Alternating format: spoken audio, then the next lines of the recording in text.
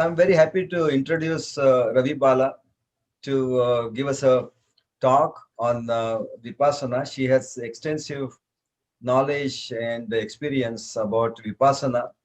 But in addition to that, she is also has is a yoga teacher, and her she's an expert in NLP, neuro linguistic programming, um, and she has given many talks on that topic also. So I think this today's topic will be Vipassana, and then we'll see if she's interested, she can give talks on other topics also. So with that, Ravi Bala, you want to say any other things? So I think just overall, just keep the audios off. You can keep the videos on, and so go Sure. ahead, Ravi Bala. Okay. Thank you so much, Shriji, first of all. And good evening to each one of you who has really enthusiastically and curiously joined this evening, though it is late in the night at 9 o'clock. And here in Washington, it's really gets very dark even at 5:30. So I really congratulate you for showing the interest in this particular subject, Vipassana. I'm sure many of you must have heard about it. Many of you must have done the courses about it. At the outset, I would like to genuinely thank Sriji for organizing this lecture for this group. And honestly speaking, just a month back, I have come here, but I'm so impressed by his dedication for the yoga and whatever efforts all his colleagues, disciples, whatever, that actually all 24 hours, I'm sure that he's thinking of yoga and how it can be practiced by all and benefited. So let me say, first of all, thank you to you. And now coming to this subject, when I saw that in on this group, various spiritual discourses or spiritual speeches were there. So I was thinking that Vipassana will be a right subject for this group. So I'm thankful to today's session for one more reason, that I could revisit all the sessions of Goenkaji, the teacher, who brought Vipassana to India back. And then I was thinking that this is a real ocean, Vipassana, the meditation, and what Buddha has given to the mankind. It is beyond any sect, religion, all this caste and everything. So it is mainly for any human being who is eager to reach the what do you say, a renunciation, the sannyas or the mukti, nirvana, or in Vipassana it is called nibbana. The Pali word says that. So let me first tell you what Vipassana is, and then how it came to India, how I joined, how I'm benefited, how I can see people getting benefited, what actually is the difference between all other meditations and how different Vipassana is. And then at the end of it, as Shriji has requested me, we all will be doing about 10, 15 minutes, if the time allows, the Vipassana meditation actually. So you people will be getting the experience of it. Those who haven't done, those who have done, it's an opportunity for them to do it. Okay, so first of all, we is Vishesh, that means special. Pashya in Sanskrit verb is to see. So see it with special insight or the sight, and that is, to me, I have taken it, and also in the during the discourses we can learn that it is an inner journey which has started for me, because we are such an extrovert all the time, the things happening around us. And what Buddha realized is our mind continuously goes on reacting in two ways. One is craving, and the second is aversion. So, Goenka ji, Satyanarayan Goenka, who himself was in Myanmar, he was a great industrialist, and then he had a severe migraine. So he was a very rich, affluent family person, and he had tried everything. See, he didn't know what's to be done. Somebody told him that go for this. There is a meditation course which goes on. One Sayaji Ubakin, he is there. He is a government servant, but he conducts courses. So Goenka ji, he went there and he said that I've got severe headache, so migraine. So I have come here to learn from you so that it can go. So he said Vipassana is not for any ailments or diseases to be getting rid of it. It is a way of life.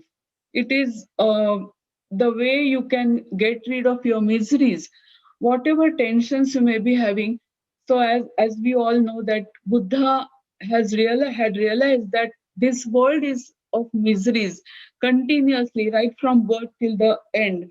So before him also there were many Buddhas, but Gautam Buddha, his contribution was he made it very clear that if you realize on a day-to-day life that whenever there is anything happening around you or inside, a thought or an emotion is there, there is a reaction. All the time our mind goes on reacting. As I said, aversion or the craving.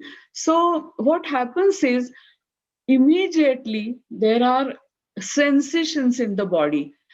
Usually people always meditate, various ways of meditating, namasmaran, go on chanting something or seeing any deity's a statue or the photo and then surrendering it, then either verbalizing any shloka.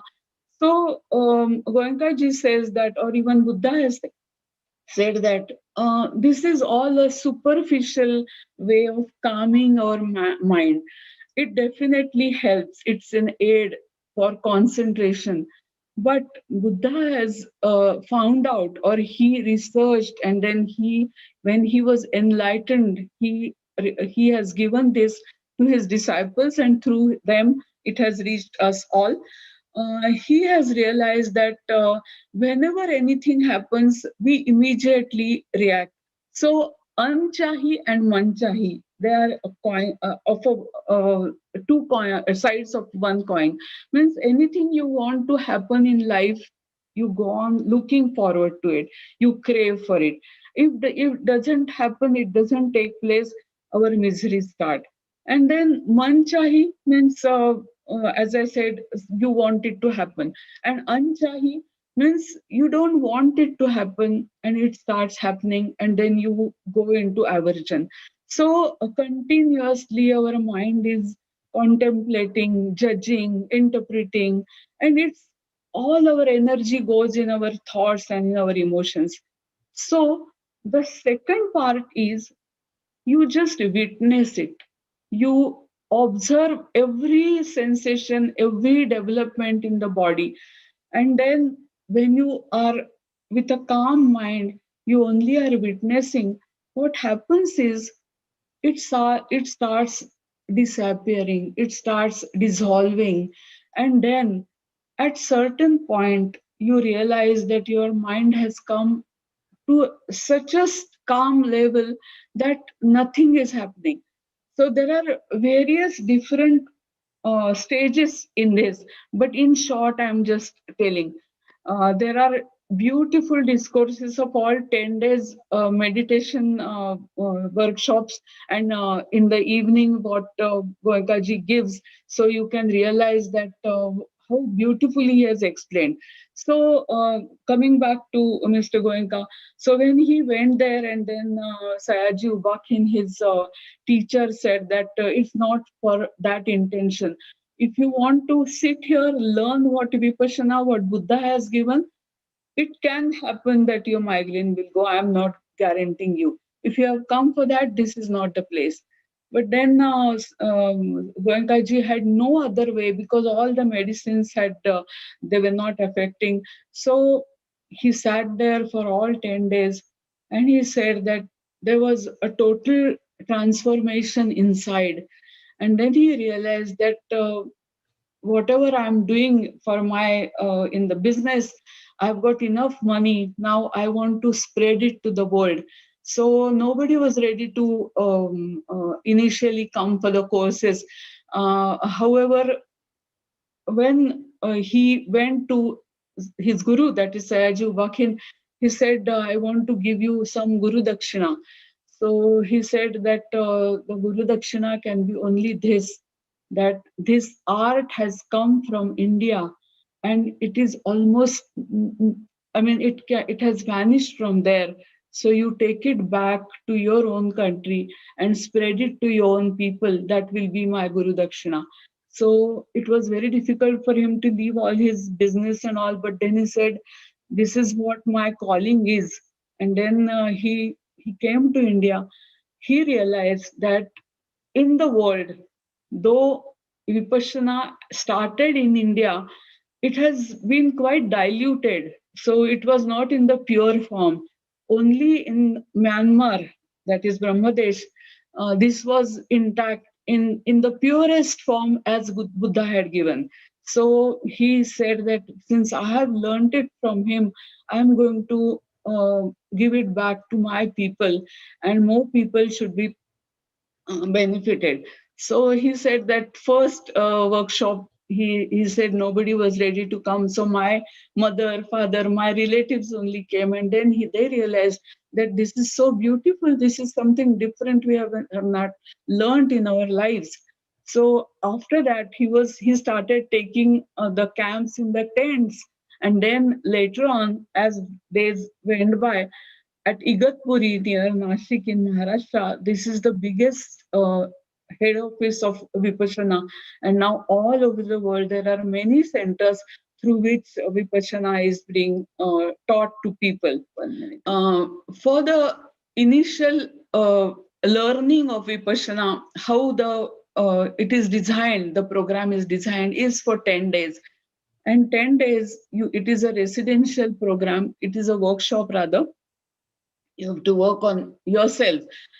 And the most important condition for that is, for all 10 days, you have to observe total maun, that is total noble silence. So it is called as Arya Maun. So what is Arya Maun? It is, uh, you're not going to take even the note of the existence of anybody else. So it is extremely difficult. And all through 10 days, I felt that it's a kind of a glimpse of penance, what the sages or the yogis of our country, those who had taught us, So it is difficult, but the benefits you get. Now, what benefits I got is, first, let me tell you how I was introduced to this. I read one article in a Marathi newspaper called Lok Satta, and then I was attracted. I said, something different, very challenging it is. Let me see what it is. So in 1997, I was fortunate that I went to Igatpuri first. And then I there were about 1,000 people, those who had completed the course, the earlier course, and those who were the new entrants. So I saw one lady sitting under a tree. She must be waiting for somebody. Very graceful, calm, quiet face, and then white hair. So I went to her. I sat there for some time and I said, Ki, are you a new entry and new participant, or you have finished? So she said, oh, I just finished it. I said, how were you benefited? Because that was my first experience going to Igatpuri. So she didn't say anything. She just showed me her hands, both her hands, and all the skin of her hands had come out. So I said, what is this? So she said, this is a total purification of mind and body. And every time, every year I come and this is what I take. All the mind purified, the body is so light, and I'm so happy. And I go. And then her driver came, a limousine car was there. She was from Santa Cruz, Bombay. And then she said, she wished me that I also am benefited. Now, this particular benefit she got, it may not be for everybody else, But this is what Vipassana does. And then Goenkaji says that it's man ka operation hai. It's a surgical process for the mind and the body, that how the purification takes place. So 10 days, first 3 days, it's called Anapan. Anapan means only you have to start watching your breath. Now, watching your breath, we have heard it from so many people. But here the difference is watching the breath, how it is coming inside, how it is going, where is it touching inside, is it cold or it is hot, where exactly you're feeling, are there any vibrations, any tingling sensations. And then after that, in the 3 days, another thing he adds is only to this small part under the nose, on the upper lip, concentrate on that particular small patch. So what happens is, it's really maddening, I tell you, all 10 hours in a day, sitting there, just watching the breath. It is really tapashcharya, sadhana. So, but what starts happening is your all gross sensations in the body, they start calming down. And then you start only concentrating here, your mind starts becoming more sharp. And then what happens further, on the fourth day, when the Vipassana sadhana is taught to us, then they tell us to observe all the sensations, gross or subtle, from the uh, feet to the crown of the head, whole body. Now, what happens is, whenever we are reacting continuously, each time our every thought and our emotion shows the counter reaction on the body in the form of sensations. So if we don't get involved into it, if we don't react to it, we start observing it continuously, then they start eradicating, the subsiding, or dissolving. And another important condition on from the fourth day is, one, at every break, 5-10 minutes break, and then you have to sit there for an hour. So once you sit there, you're not going to move a limb, not even a finger. So that gives an adhishthan, that is a centering of the mind and the body. So we all know or have heard that mind and body are advait, like they are part of the same system. But we start realizing it on the experiential level. And then what happens is, it becomes impossible not to move a bit. So there are gross sensations. So what happens is, when they are telling us not to move, we don't have to move. So our determination gets enhanced. And then what happens inside is, when you start observing it from the third person's angle, to the sensation, to the pain in the body, um, it start dissolving. It's a miracle that you are not getting affected. Of course, in the sixth or seventh day, you start gaining that particular stage, that now it's no more paining. Some people do get it immediately. They say that parmi itna jitna apna punya hai utna jaldi ho sakta hai. Now, how all this helps in the day to day life? Why all this? So, first of all, when you are daily meditating daily, you know the rhythm of your breathing. Then what happens is, in the day to day life, if something happens, if you get angry, agitated, some volcanic feeling also may come out.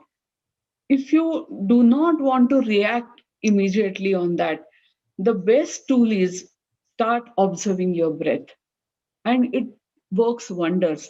Then what happens is, you are away from that emotion.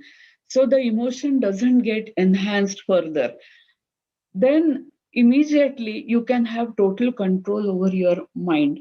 So in Vipassana, there are two very, very important parts. One is sensation, observing the sensation, and second is keeping the mind in equanimity. That means samatol, balanced mind.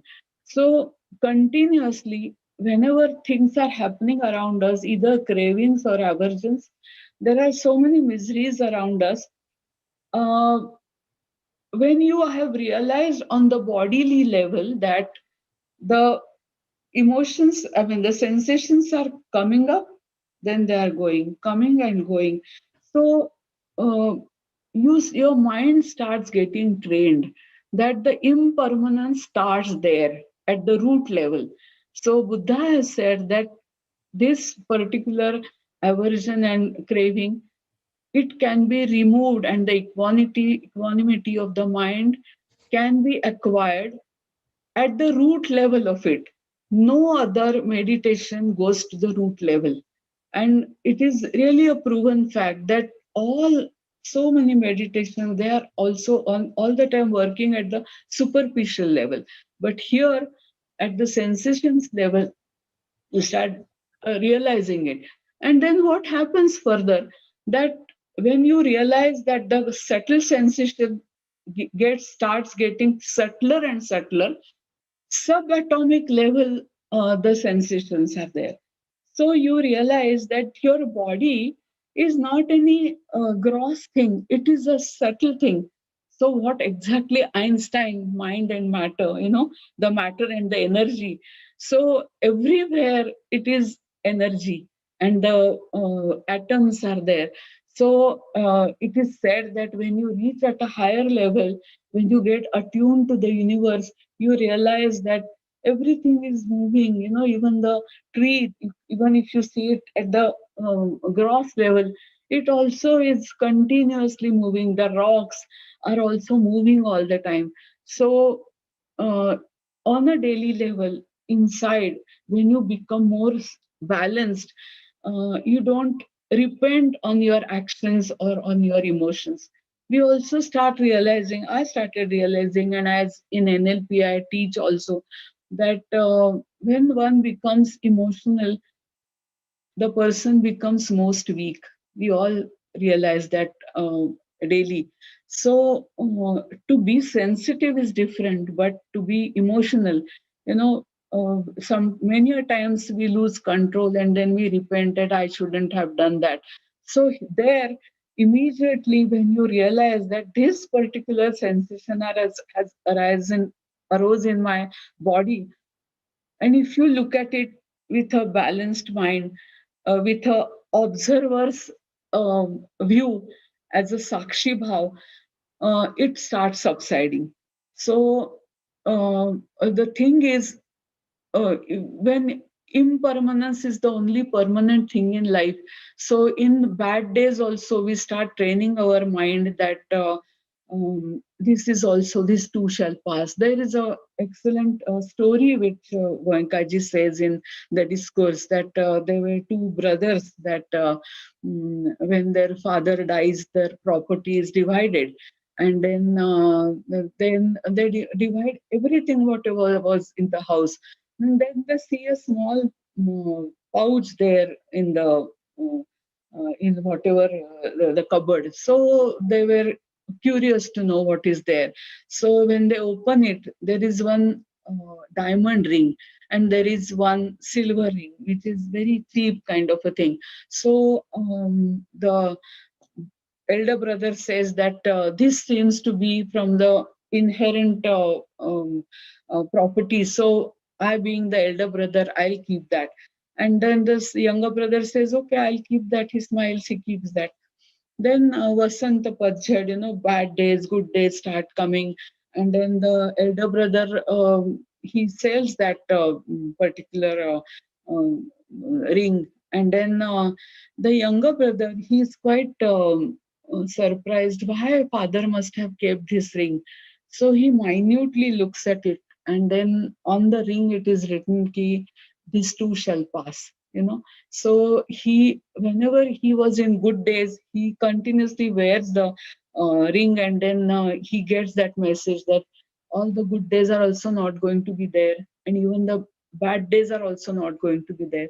So that helps us in the daily life to maintain the equanimity of the mind and even the body. So inside this, when this happens at the root level, we start looking at the world in a totally different perspective. That clinging, all the time craving that I want this, this is mine, this is mine. That virakti, the detachment starts coming. And then this is not only at the principally told or a theoretical or philosophical thing.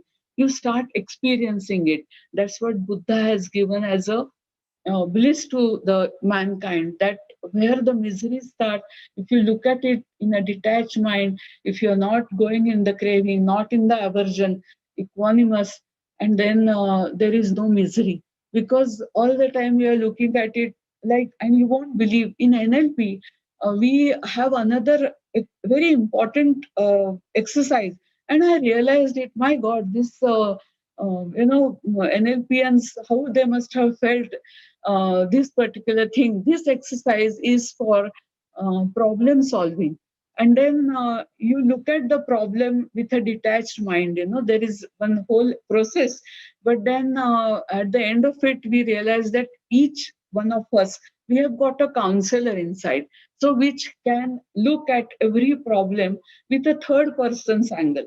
If we are involved in it, we don't look at it objectively. But then, if your friend comes to you and he discusses any problem with you, then you become immediately become a counselor and you give him solutions. But if in life, totally, completely, moment by moment, by every at every breath, if we are witnessing, we are dealing with life with a detached mind, we become our own counselors. We can deal with the problem more objectively, not involved in it. So we don't become emotional. We can logically, we can start sorting out our problems also.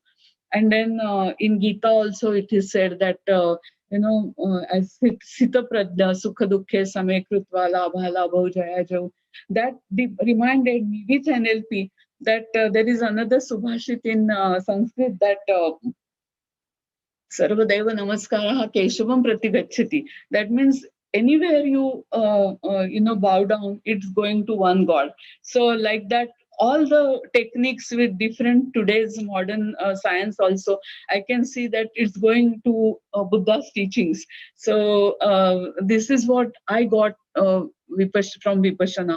In my personal life, there were so many calamities, but then I could deal with it with a more strong mind. I'm also in one introduction I would like to give, and then how it is related to mind and body. I would like to say, I also give lectures on the need of adventures in life. I've done many adventures like skydiving, gliding, lot of trekking in Himalayas, and I realized that whenever I'm doing an adventure on the physical level, I'm building within. So it helped me to overcome or deal with my personal problems in life. So mind and body, how closely they are related. So once again, what Buddha had said, I realized it on a different level. So here I would like to say that when I realized that anityata, anitya means impermanent, continuously it's going to be not going to be there permanently. How can we deal with it with a more balanced mind and body? So anyway, another thing what I would like to say, that after that, when I did my Vipassana courses, I gave a seva. Seva means actually this Vipassana, all 10 days courses, all eating, everything, staying is free. It's so amazing that people donate. Those who have done the courses, those who have been benefited, they wholeheartedly donate so that more people can be benefited. So their seva is in donation, and also to serve the people, those who are staying there, so that more people can learn. So I did one 10 days seva, and that was for a course for the blind children. That is, they were teenagers, boys and girls. And you won't believe that when that noble silence was there, it was so suffocating for them that the girls were saying, I was staying with them in the girls' hostel, and we were taking care of them. That then sometimes the in first 3 4 days the girls were saying, we can't see and now we can't talk also. How are you? How are we going to live? So and then that turmoil, you won't believe how difficult it was for them. So what we had done was we had tied all the strings everywhere, ropes, and then from the hostel to the hall, they were holding the rope and they were going. While eating, everything we were giving, they didn't have to talk. We were holding them and making them sit. So after that, after the fourth, fifth day, everybody started becoming calm within. And it was so amazing to see that how they had started introspecting, the inner journey had started for them also. And on the 10th day, when the silence breaks, we can talk and interact, because when we go to the outside world, otherwise it should be shocking, that we have not spoken or not uttered a word, no newspaper, not looking at people, nothing else, only to your frame of the body, only you are looking within whatever is happening. So they allow us to speak. So there were some sharings on the last day of these young and blind children. So one boy I remember, what he said was, I mean, I still have the goose pimples on my body when what he said. He said that I feel so lucky to get introduced to Vipassana, and I felt that the deaf and dumb people, how can they get benefited by this? We could hear you and we could practice, but how can they? So that he's immediately had started. He had counted the blessing in inside, and he was so delighted to get this Vipassana. I had written articles. I am also a journalist, so I had written articles on that. Another opportunity which I got being a journalist is when there was a souvenir to be published of Pune Vipassana Samiti. I was interested to visit the prison in Pune, Yeroda. And then there was a center, like you all know, must have heard that Kiran Bedi, who was the chief of police at Delhi, at Tihar jail, she had introduced Vipassana to all the prisoners.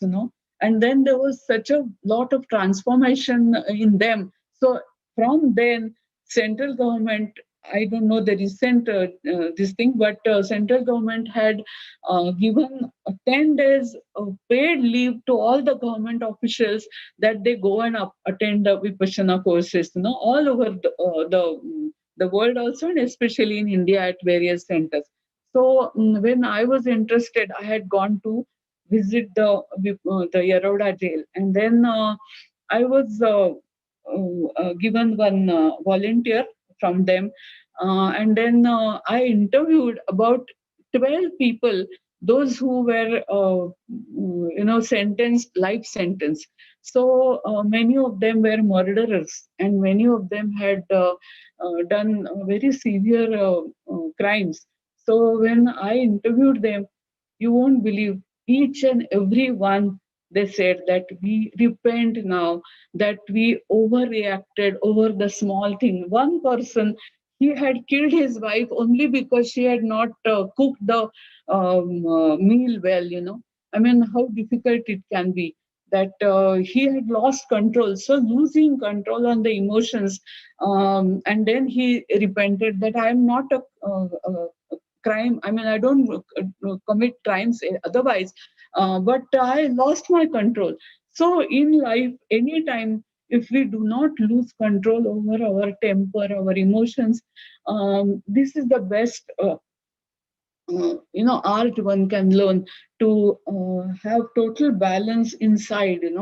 So anyway, that was how I really it was mind boggling for me to interview them and then realize that how they were benefited, that just one mistake, and then they are repenting all through the life. So we also should not repent like this anytime. So I will strongly suggest that each one of us, if we, anytime, I mean, I always say that before one leaves this earth, one must always do one Vipassana course at least. And then Guruji, Goenkaji says that, what Guru Dakshina you will give me? I only want that every year you do one 10 days course, and that's only the Vipassana. I mean, the Guru Dakshina. So you are always in touch. We are supposed to, all the Vipassana sadhaks, we are supposed to do sadhana at least twice a day, 1 hour. If even if it doesn't happen at 1 hour at least, or 45 minutes, whatever is there, one can do after that. Or the mindfulness. I mean, I don't want to use this mindfulness word because it has really become a very like cliche thing. But kshana pratikshan satarkata, that is the best words what Guruji says. And Buddha has said that every moment, even if you are eating, if you are walking, mindfulness is restricted only to see whatever is we are doing. But Vipassana is different from mindfulness. What I feel is that Guruji always says, and Buddha has said that watching the sensations, going to the root of it is Vipassana. So further in that, they also explain that whenever the current aversions and cravings we are watching as a third person, what starts happening during meditation is you realize that I'm not reacting to anything, then still I'm getting those sensations. How come? Then it is said that the earlier whatever is there, layers and layers we have, and it is also from the last birth also. Now even if we don't realize about, we don't believe in last birth and next birth, but Buddha has said that whatever we are carrying from the last birth, it also comes up, comes up, and then if you again watch it, it subsides. So it subsides means it gets eradicated. New samskaras, new seeds are not sowed. So what happens is your mind gets purified, and the more your mind gets purified, the more your body starts feeling that, feeling lighter, feeling so happy, out of misery.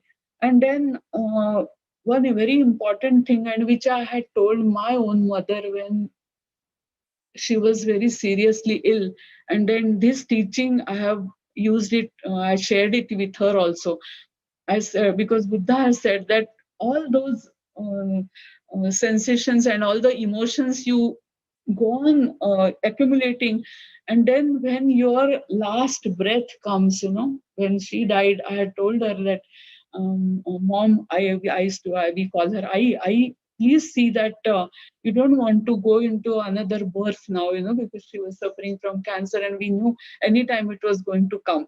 So then what happens is Buddha has said that at the last breath, if you are, whatever the sensation comes, if you are again watching it from the third person's angle, just smile and then take the last breath.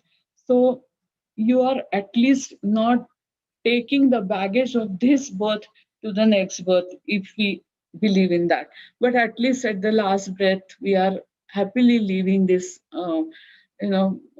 abode, to the heavenly abode, I can say, if we have that much of parmi. This is all about taking, I mean, this is theoretical, whatever I'm saying, but on experiential level, I really recommend strongly that each one of you do enroll for the 10 days Vipassana course. At least one you must do. And then your life will change totally. Your whole approach towards dealing with daily life will change. I have to go a long way still. I know a lots to be done, but a glimpse of it I could get benefited, and this is what I'm sharing with you today. So right now, now I'm watching the watch also. So I would like to say that just now I'm going to end my session with a nice prayer, which at the end of the 10th day, we all get to hear in Guruji's voice, but I have got a excellent version of this. So तेरा मंगल तेरा मंगल तेरा मंगल होए रे सबका मंगल सबका मंगल सबका मंगल होए रे जिस गुरुदेव ने धर्म दिया है उनका मंगल होए रे जिस जननी ने जन्म दिया है उसका मंगल होए रे पाला पोसा और बढ़ाया उस पिता का मंगल होए रे इस जगत के सब दुखियारे प्राणी का मंगल होए रे जल में स्थल में और गगन में सबका मंगल होए रे अंतर मन की गांठें टूटे अंतर निर्मल होए रे राग द्वेष और मोह मिट जाए शील समाधि होए रे शुद्ध धर्म धरती पर जागे पाप पराजित होए रे इस धरती के तरतिन में कण कण में धर्म समोए रे शुद्ध धर्म जन जन में जागे घर घर शांति समोए रे तेरा मंगल मेरा मंगल सबका मंगल होए रे okay, so please take your seat. Now please close your eyes. Now just observe your breath coming and going.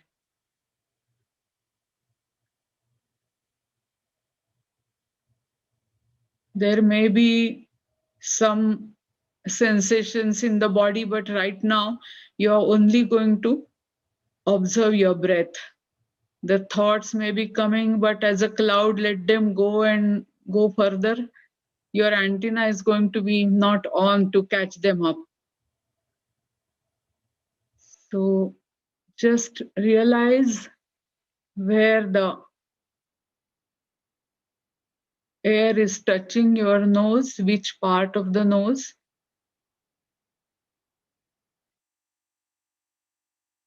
You can realize it is cold or hot, warm. Just watch as it is. Accept as it is.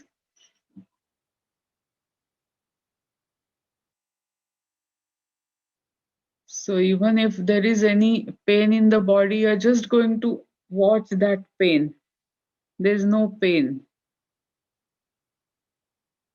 There is some sensation. Now again, if your mind wanders, again come to the breath. Next 5 minutes, you're just going to watch your breath.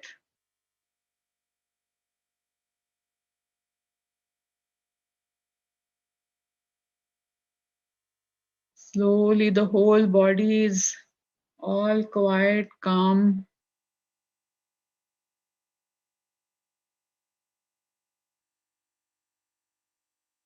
Just watching the breath. You will realize where on the upper lip the air coming out, where is it touching? While going in, where is it touching? You don't have to see, hear, feel anything, just observe. As if Sakshi Bhav, as if you are witnessing. You're not getting involved in it, just witnessing. Being aware. The subtle air going in, subtle sensations are there.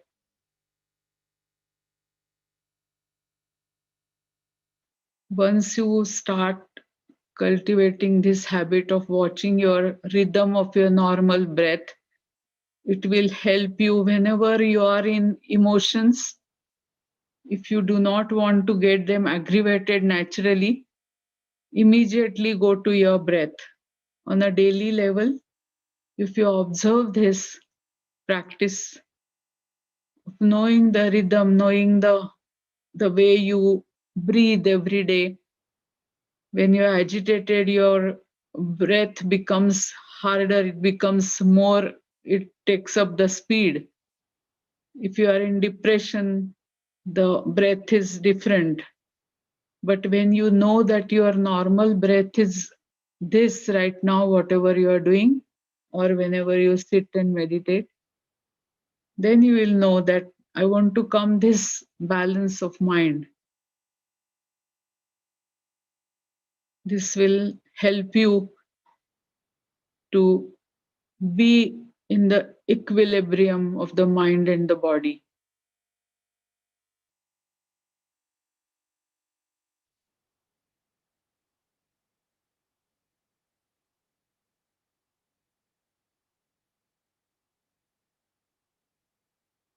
Complete silence within.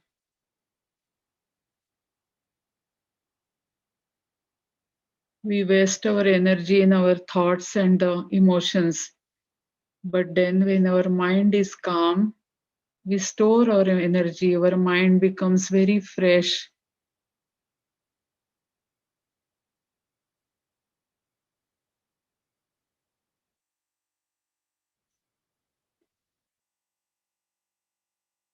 Just cool down. See it as it is. You're not going to label it, you're not going to judge it. Each one's breaths are different. We're not going to compare with anybody else, just as it is.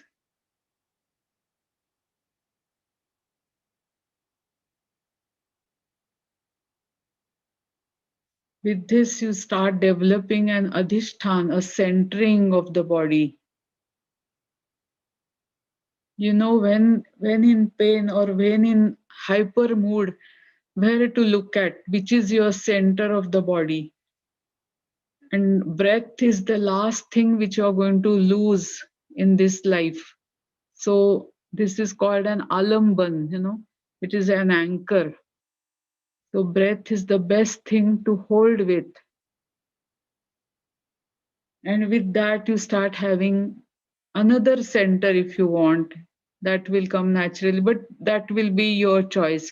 But breath is the best tool for you to keep the balance of your mind, emotions, and thoughts also.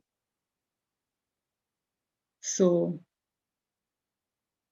now, slowly, you can start feeling the sensations of the whole body. Now, you can take your attention from your breath to